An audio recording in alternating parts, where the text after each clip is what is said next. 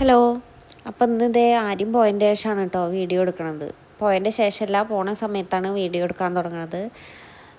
അത് ആരും പോവാൻ നിൽക്കുമ്പോൾ സിയമോള് ഇടഞ്ഞ് നിൽക്കുകയാണ് കേട്ടോ. അവൾക്ക് കൂടെ പോകണം എന്ന് പറഞ്ഞിട്ട് അവൾ കരയുകയാണ്. അതാ അവർ പോണോക്കി ടാറ്റ കൊടുത്തേ. നമുക്ക് പോവാൻ പറ്റില്ലല്ലോ. ടാറ്റ കൊടുക്ക്. അപ്പം ഇതേ പുട്ടും കടലക്കറിയാണ് കേട്ടോ ചായക്ക്. സിയമോൾക്കാണെന്നുവെച്ചെങ്കിൽ ഞാൻ പുട്ടും പഞ്ചസാരയും കൂട്ടിയിട്ടാണ് കൊടുക്കുന്നത്.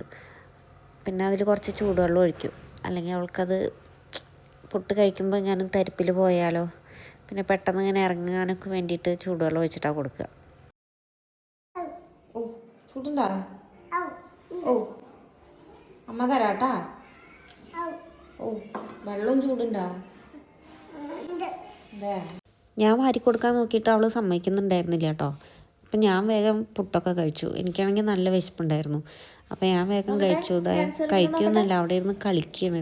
പാട്ട് ടി വിയിൽ ഇങ്ങനെ കാർട്ടൂൺ വെച്ചിട്ടുണ്ട്. അപ്പോൾ അതിൻ്റെ ഇതൊക്കെ കേട്ടിട്ട്, സൗണ്ടൊക്കെ കേട്ടിട്ട് അവിടെ ഇരുന്നിട്ട് ഡാൻസ് കളിക്കുക. ഫുഡൊക്കെ കഴിക്കൽ കഴിഞ്ഞിട്ട് പിന്നെ എനിക്ക് നല്ലൊരു പണി ഉണ്ടായിരുന്നു കേട്ടോ. ഏട്ടൻ പോണതിൻ്റെ മുന്നേ തേങ്ങയൊക്കെ ഇങ്ങനെ പൊതിച്ച് വെച്ചിട്ടുണ്ടായിരുന്നു. അപ്പോൾ അത് വെട്ടി ഉണക്കാൻ വേണ്ടിയിട്ട് ഞാനത് വെട്ടുകയാണ് കേട്ടോ. അപ്പോൾ ആദ്യം വെട്ടിയത് തന്നെ നല്ല കേട് വന്നിട്ടുള്ളതാണ് കിട്ടിയത്. പിന്നെ കുറേ ദിവസമായി അങ്ങനെ ടെറസിൻ്റെ മേലെ കിടക്കണു. അപ്പോൾ അതങ്ങനെ കിടന്നിട്ട് ചിലതൊക്കെ നാശമായിട്ടുണ്ടായിരുന്നു.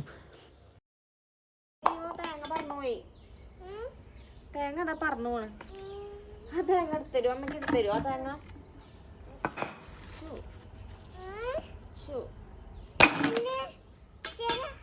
അത് എടുത്തരുമോ? അപ്പോൾ അത് എടുത്തരുമോ? അപ്പോൾ ഇതേ തേങ്ങയൊക്കെ വെട്ടിയിട്ട് തറവാട്ടിൽ കൊടുത്തിട്ട് ഉണക്കാൻ വെച്ചിട്ടുണ്ട്. പിന്നെ അതേ ഞങ്ങൾക്ക് പുറത്ത് പോകേണ്ട ആവശ്യമുണ്ടായിരുന്നു, ബാങ്കിലേക്കൊക്കെ പോകേണ്ട ആവശ്യമുണ്ടായിരുന്നു. അപ്പോൾ പോവുകയാണ് ബാങ്കിലേക്ക്. പിന്നെ അതേ അവിടെ എത്തിയപ്പോൾ അധികം തിരക്കൊന്നുമില്ല.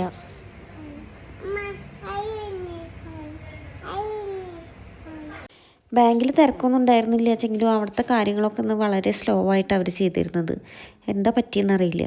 അതുകൊണ്ട് തന്നെ കുറച്ച് സമയം അവിടെ ഇരിക്കേണ്ടി വന്നു കേട്ടോ.